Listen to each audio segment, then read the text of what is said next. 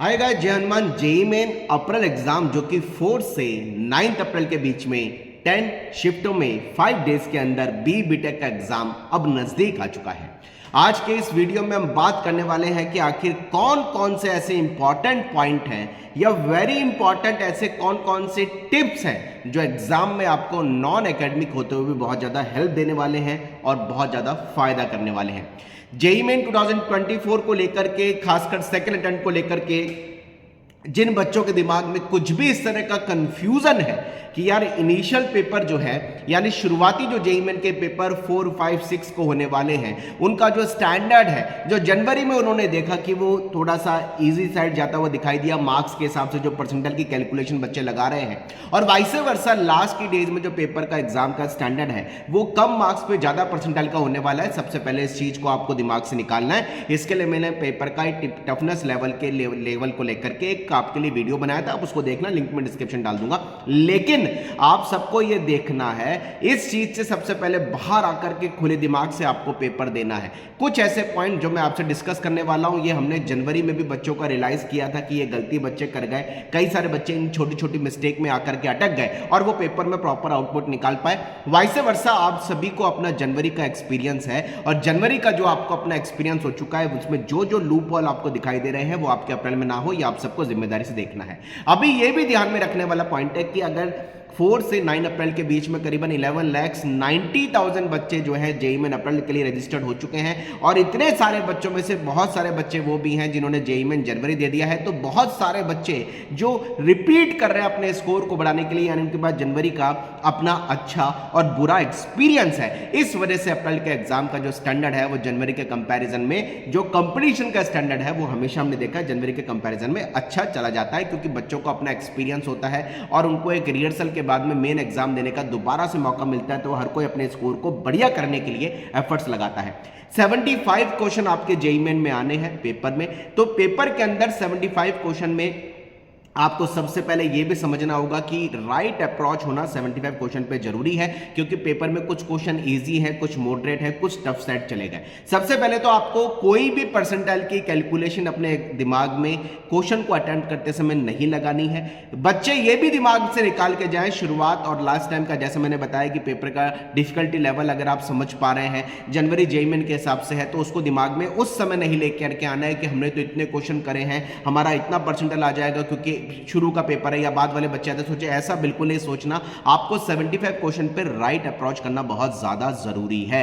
कभी भी ये मत सोचिए अगर शुरुआत में कुछ क्वेश्चन आपको टिपिकल लग रहे हैं या आपसे नहीं बन रहे, 4 से 5 क्वेश्चन ऐसे लगातार सीरियल में आ गए कि पूरा पेपर टफ होगा, ऐसा नहीं होता है। जब 4 से 5 क्वेश्चन अगर आपको कंटिन्यूअस नहीं आ रहे, आप पेपर में आगे बढ़ जाइए। कई बार देखने को मिलता है कि शुरुआती क्वेश्चन एनसीईआरटी बेस नहीं होकर के कुछ ट्रिकी बेस चले गए या लेंथी चले गए, बच्चों ने अटेम्प्ट किया लेकिन उनको लगा यार पेपर तो टफ आ गया, और वो माइंड में मेकअप करके बैठ गए कि पेपर में ये क्वेश्चन हमें नहीं आ रहा, हमारा कॉन्फिडेंस लूज उन्होंने कर लिया और अननेसेसरी के वो पैनिक अटैक में आ गए, या उनको लगा यार पूरा पेपर टफ होगा, वो आगे ढंग से नहीं बढ़ पाए। कभी भी ऐसा मत करिए। अगर आपको लग रहा है शुरू के 4-5 क्वेश्चन ट्रिकी हैं, टफ है, आप उनको छोड़िए, आगे बढ़ जाइए। आपसे नहीं हो रहा, हो सकता है आगे बहुत सारे ऐसे क्वेश्चन हो जिनमें पर्टिकुलरली क्वेश्चन आपकी बनने की कंडीशन हो, लेकिन शुरुआत में आपने अननेसरी का लोड ले लिया और बाद में वो क्वेश्चन नहीं बन पाए, ये मत करिएगा। हमेशा पेपर के अंदर मॉडरेट, इजी और टफ क्वेश्चन सबका मिला जुला एक कॉम्बिनेशन दिया जाता है। आपको पेपर के अंदर हर क्वेश्चन को टाइम बाउंड करके चलना है, टाइम की एक सिस्टमैटिकली फ्रेमिंग आपको बना के चलनी है। टाइम बाउंड करके अगर आप पेपर की स्ट्रेटेजी प्लानिंग करके पूरे पेपर को सिस्टमैटिकली अटेम्प्ट करते हैं तो देखा जाता है कि लास्ट तक आते आते आपके पास टाइम भी बचता है और पूरा पेपर आपकी सही प्लानिंग से बेस्ट एफर्ट्स के आउटपुट निकालने के अकॉर्डिंग सही अटेम्प्ट होता है। इनिशियली पेपर के अंदर 1 आवर जो शुरू का होता है वो बहुत इंपॉर्टेंट है और लास्ट का जो 1 आवर होता है वो बहुत इंपॉर्टेंट है। शुरू का जो 1 आवर है ये पेपर के अंदर एक सिस्टमैटिकली स्टार्टिंग के लिए होता है और लास्ट का जो 1 आवर है ये पूरे पेपर को सिस्टमैटिकली फिनिश और रैप अप करने के लिए होता है, ताकि आपके आते हुए क्वेश्चन आपसे सही अटेम्प्ट हो पाए। इजी क्वेश्चन को शुरुआती टाइम पे ज्यादा अटेम्प्ट करें, जो आपके कॉन्फिडेंस को बिल्ड भी करता है और आपके मार्क्स का जो एक आपका प्रॉपरली सही तरीके से एक्सपेक्टेड स्कोर है उसको सेव भी करता है। तो शुरुआत में इजी क्वेश्चन पे राइट अप्रोच करें। फिर आपको अगर कोई क्वेश्चन ऐसे लग रहे हैं कि बनने की कंडीशन में है, उस समय स्ट्राइक नहीं हो पा रहे, मार्क ऑफ रिव्यू का बटन जो ऑप्शन है वो ज्यादा से ज्यादा आप यूज करें, ताकि आप मार्क ऑफ रिव्यू वाले क्वेश्चन को लास्ट का टाइम जो 1 आवर होता है उससे पहले आप मार्क ऑफ रिव्यू के सारे क्वेश्चन को अटेम्प्ट कर लें। मैथमेटिक्स, फिजिक्स, केमिस्ट्री, आपको जो भी सब्जेक्ट की आपका एक्सपीरियंस रहा है, पेपर के टाइम में हमेशा एक्सपीरियंस का फायदा होता है कि आप फिजिक्स, केमिस्ट्री, मैथ्स में जिस भी तरीके से सीक्वेंस में अटेम्प्ट करते हैं, जो आपके एक्सपीरियंस के हिसाब से आपके बेस्ट आउटपुट के लिए आपको अभी तक दिखता है, उसी सीक्वेंस में आप पेपर अटेम्प्ट करें। कभी भी एक्सपीरियंस को यूज करें, अननेसेसरी के आप कहीं भी ये मत करें कि आप उसका ओवर एक्सपेक्टेशन में है या फिर आप कोई एक्सपेरिमेंट कर रहे हैं। एक्सपेरिमेंट नहीं करें पेपर में, जो आपकी स्ट्रेटेजी प्लानिंग आपके हिसाब से बेस्ट है, आप उसी एक्सपीरियंस के हिसाब से पेपर के अंदर सही तरीके से पेपर अटेम्प्ट करें। तुक्का मारने वाले क्वेश्चन कई बार देखते हैं बच्चे लूज हैंड होकर के अटेम्प्ट करते हैं क्वेश्चन, हमेशा ध्यान रखिए लूज हैंड होकर के क्वेश्चन को अटेम्प्ट करने की जो आपकी प्लानिंग है उसको कम से कम करें। अगर किसी क्वेश्चन पर आपको लगता है कि आपको तुक्का मारना है या आपसे लग रहा है कि वो होने की कंडीशन में है और आपको लग रहा है कि 50-50% चांसेस है सही होने के, 50% चांसेस है गलत होने के, केवल उन्हीं क्वेश्चन को आप लूज एंड अटेम्प्ट करके करिए, उन्हीं क्वेश्चन पे आप तुक्का मारने की प्लानिंग करें। पेपर के अंदर स्ट्रेटेजी प्लानिंग ही सबसे इंपॉर्टेंट होती है और जनवरी जेईई मेन में बहुत सारे बच्चों का ये एक्सपीरियंस है कि पूरी तरीके से पेपर की जो प्लानिंग है वो सही नहीं होने के कारण जो एक्चुअल आउटपुट आना था वो उनका नहीं आ पाया।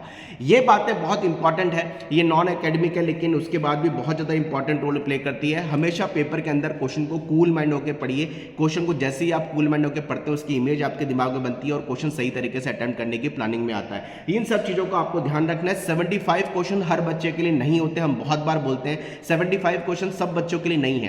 पेपर के अंदर जो आपसे बेस्ट सही तरीके से क्वेश्चन अटेम्प्ट हो पाए, चाहे वो 50 हो, 55 हो, 60 हो या फिर 75, जो भी आपकी कैपेसिटी है, आपके पढ़े हुए पोर्शन में से एग्जैक्टली क्वेश्चन आपको आते हैं, उन्हीं 3 घंटे में आपको प्लानिंग करनी है। पूरा क्वेश्चन पेपर अटेम्प्ट करने के पीछे नहीं भागना होता है। एक चीज का जरूर ध्यान रखिए, यहाँ बहुत बच्चे फंसते हैं कि हम ज्यादा क्वेश्चन अटेम्प्ट कर लेंगे, हमारे मार्क्स ज्यादा आएंगे, हमारे इतने क्वेश्चन छूट गए, लो कॉन्फिडेंस में आ गए। इन सब चीजों को आपको पेपर में नहीं सोचना होता। बेस्ट एफर्ट जिन क्वेश्चन में आपके सही होने की प्रोबेबिलिटीज हैं उन्हीं पे हमेशा लगाए जाते हैं। इन सब चीजों का आपको बहुत ज्यादा ध्यान रखना है। कैलकुलेशन नहीं लगानी पेपर में कि इतने क्वेश्चन कर लेंगे तो इतना परसेंटाइल आएगा। सेल्फ कॉन्फिडेंस पेपर के अंदर जरूर रखिए। पेपर के अंदर क्वेश्चन को टाइम फ्रेमिंग करके चलिए, टाइम बाउंड करके चलिए। एनसीईआरटी बेस्ड जो अगर कोई क्वेश्चन अगर आपको लगता है कि डायरेक्ट सॉल्व करने की कंडीशन में, उसमें ये मत सोचिए यार ये क्वेश्चन तो इतना ईजी हो सकता है क्या, ये तो पढ़ते ही सॉल्व हो रहा है। कई क्वेश्चन होते हैं जेईई मेन में, आपने भी देखा होगा, आपने जनवरी के 10 पेपर सॉल्व किए होंगे, आपको भी कई बार लगा होगा कुछ क्वेश्चन डायरेक्ट क्लिकिंग वाले होते हैं। उन क्वेश्चन को क्लिकिंग वाले क्वेश्चन को क्लिकिंग करते हुए अटेम्प्ट करें। मैथमेटिक्स में लेंदी पेपर हमेशा सभी को लगता है, मॉडरेट भी होता है, लेंदी भी होता है, तो उसको टाइम सिस्टमैटिकली प्लान करते हुए ही क्वेश्चन की प्रैक्टिस सही तरीके से करें। ये सारे पॉइंट्स हैं जिनको आप सबको बहुत ज्यादा ध्यान रखना है। प्लीज अननेसेसरी के लोड से बचिए, रिपीट करूंगा। और जनवरी जेईई मेन की कोई बच्चा ऐसी प्लानिंग प्लीज मत करके जाइएगा कि शुरुआत के पेपर ऐसे स्टैंडर्ड के आएंगे, लास्ट के पेपर ऐसे स्टैंडर्ड के आएंगे। एनटीए ने क्लियर कह रखा है इस चीज को कि हम बल्क में पेपर बनाते हैं, हम पूरे पेपर का सेट बनाते हैं जिनमें हम पेपर का सिमिलर नेचर रखने की कोशिश करते हैं। हम बिना डिफिकल्टी लेवल को चेक किए रैंडमली शिफ्ट में अलॉट करते हैं। इसलिए प्लीज ये मत सोचिएगा शुरुआती पेपर ऐसे होंगे, लास्ट के पेपर ऐसे होंगे। आप अपना बेस्ट देने के हिसाब से बेस्ट प्लानिंग करके एग्जाम में जाइए, वही आपके लिए बेस्ट होगा। चलिए गाइस, कमेंट बॉक्स में लिखना इन टिप्स को आप कैसे फॉलो कर रहे हो और आपका स्टैंडर्ड प्रिपरेशन का कैसा है। बहुत जल्द अब आपके एग्जाम है, 11,90,000 बच्चा बैठ रहा है, इसलिए मेहनत ज्यादा करनी होगी सबको। Wish you all the best. Comment box में लिखना अपनी क्वारीज। जय Hanuman, bye bye, thank you very much.